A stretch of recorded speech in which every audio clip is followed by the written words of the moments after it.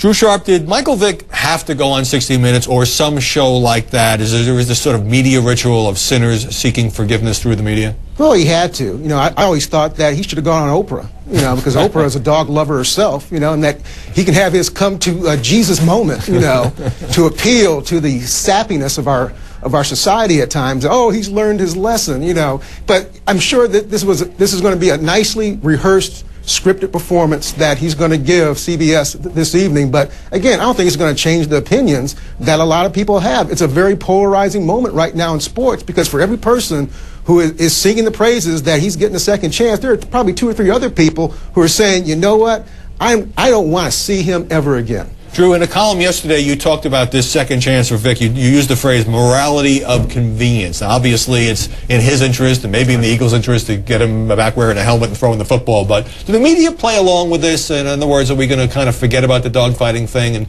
just chronicle, you know, whether he can make it on the gridiron? And it's not just the dogfighting, Howie. I think we get lost in the dogs in this matter. Michael Vick is in the situation that he is in because he masterminded and funded a felony, a federal felony. He lied to his boss, both of them, the NFL commissioner and the Atlanta Falcons owner. He failed a drug test when the judge told him to stay clean. There is a pattern of behavior here. And for people to get caught up on the dogs, I think we're making a mistake. That's the emotional impetus of this. But this is a guy who may have sociopathic behavior here. And is this what the NFL really wants? With the broad reach that it has, to have a guy like this? To Drew's point about does the NFL really want this? If the NFL took out every person with a character flaw, not of Vick's caliber, but of that ilk, we would not have a league, okay? so that's one thing. Drew Sharp, before the Eagles signed Vick, Jesse Jackson was out there telling the New York Times that NFL owners may be colluding to keep him out of the league. Now, obviously, that was not true. A number of teams interested in signing Vick.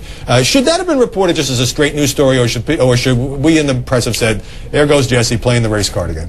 That's the way it should have been played. Again, I'm not a second chance kind of guy. When it involves these spoiled, pampered athletes who've had their fans, family, and followers excusing their contemptible behavior since they became an athletic prodigy at 13. And this is another example of this. I would like these same people, Reverend Jackson and these others who've been preaching about second chances, I would like to see them hold that same standard to the next 29-year-old black man who's released from federal jail after serving 2 years, who cannot run a 40-yard dash in 4.3 or sell a 100-yard jersey. That's not going to happen. That's a good point.